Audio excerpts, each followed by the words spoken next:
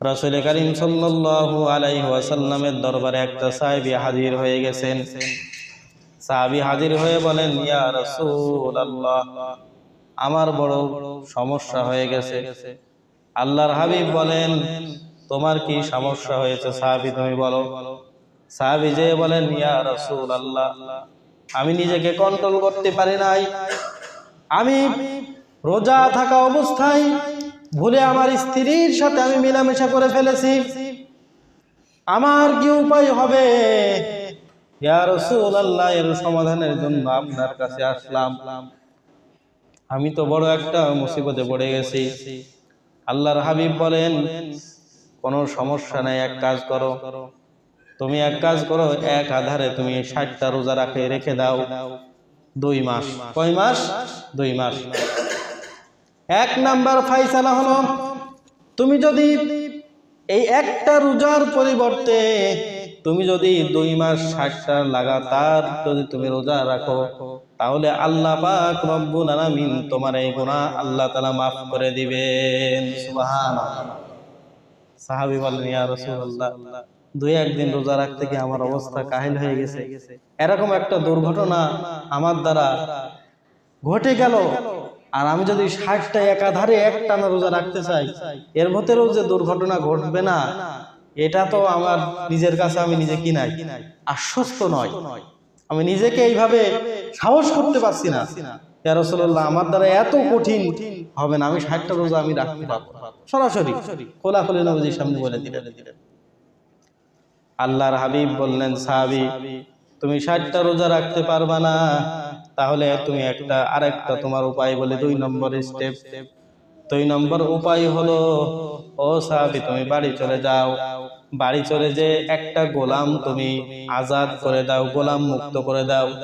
তুমি যদি একটা গোলাম মুক্ত করতে পারো, তাহলে তুমি যে রোজা থাকা অবস্থায় যে এই কাজটা তুমি করেছো, এর ক্ষতিপূরণ হিসাবে একটা গোলাম আজাদ করে দিলে আল্লাহ তোমার এই গুনাহ মাফ করে দিবেন। সুবহানাল্লাহ।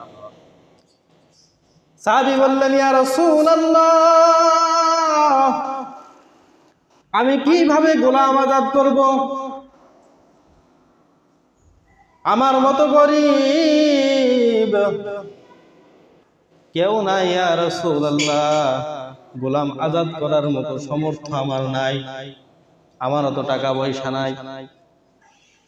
তৎকালীন যুগে গোলামের অনেক দাম ছিল। উদাহরণস্বরূপ, বর্তমান জামানায় যাদের একটা প্রাইভেট কার আছে অথবা দামি একটা বাইক আছে, সে বাইকের একটা মূল্য। সাধারণ গরিব যারা দিন আনে দিন খায়, মাঠে যায়, 500 টাকা 1000 টাকা ইনকাম করে, পরিবারে খরচ করে, খাওয়া দাওয়া করে, সবই শেষ হয়ে যায়, কি আর জমা হয়? এই ব্যক্তি 3 লক্ষ 5 লক্ষ টাকা এক জায়গায় করে কিভাবে জরিমানাটা দেবে? সাহাবী বললেন, ইয়া রাসূলুল্লাহ, আপনি 2 নম্বর যে প্রস্তাবটা দিলেন, এই প্রস্তাব পালন করার মতো সামর্থ্য আমার নাই। আল্লাহর হাবিব বলেন, তাহলে তুমি এক কাজ করো, তুমি বাসায় চলে যাও, আর বাসায় যে 60টা রোজার পরিবর্তে তুমি আরেকটা পন্থা, 3 নাম্বার হলো, তুমি 60 জন মিসকিনকে খাবার খাওয়ায় দাও। 60 জন মিসকিনকে খাবার খাওয়ায় দাও। সাহাবী আবার বললেন, ইয়া রাসূলুল্লাহ, আমার বাড়িতে কোনো রকম খাবার মাঝে মধ্যে হয়, মাঝে মধ্যে হয় না। আমি অত্যন্ত গরীব, 60 জন মিসকিনকে আমি কিভাবে খাওয়াবো?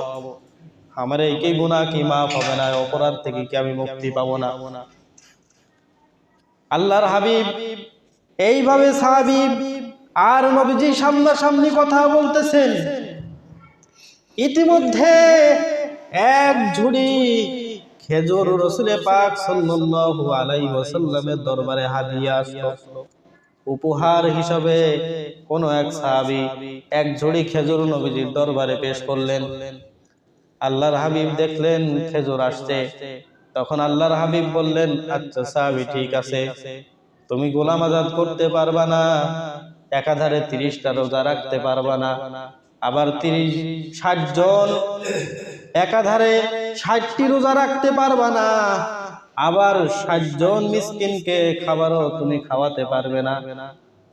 তোমার সামর্থ্য নেই, তুমি গরিব মানুষ, তাহলে একটা কাজ করো, আমার দরবারে যে খেজুরগুলি আছে এই খেজুরগুলি তুমি বাসায় নিয়ে যে খেজুরগুলি বিলি করে দাও। সুবহানাল্লাহ। ঠিক আছে।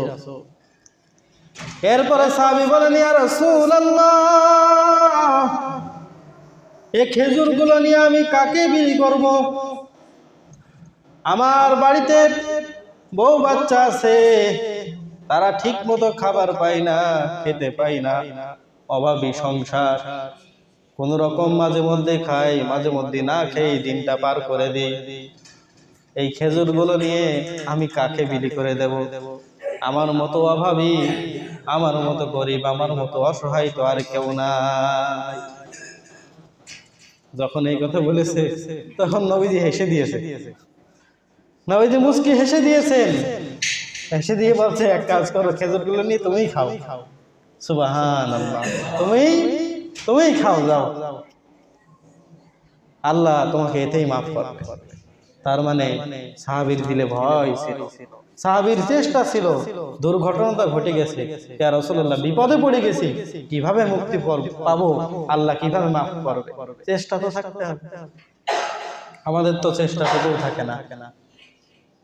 আমাদের ঘুমানোর সময় এই ইচ্ছাও জাগে না, আজকে আমি ঘুমাই, ইনশাআল্লাহ ফজরের আজান দিলে আমি মসজিদে যাব, এই নিয়ত করে আমরা ঘুমাই না। আমরা মনে করছি হয়তো ঘুমাই, এই ঘুম যে আমার ভাঙবে এরকম কোনো কি গ্যারান্টি আছে বলেন? গ্যারান্টি কিন্তু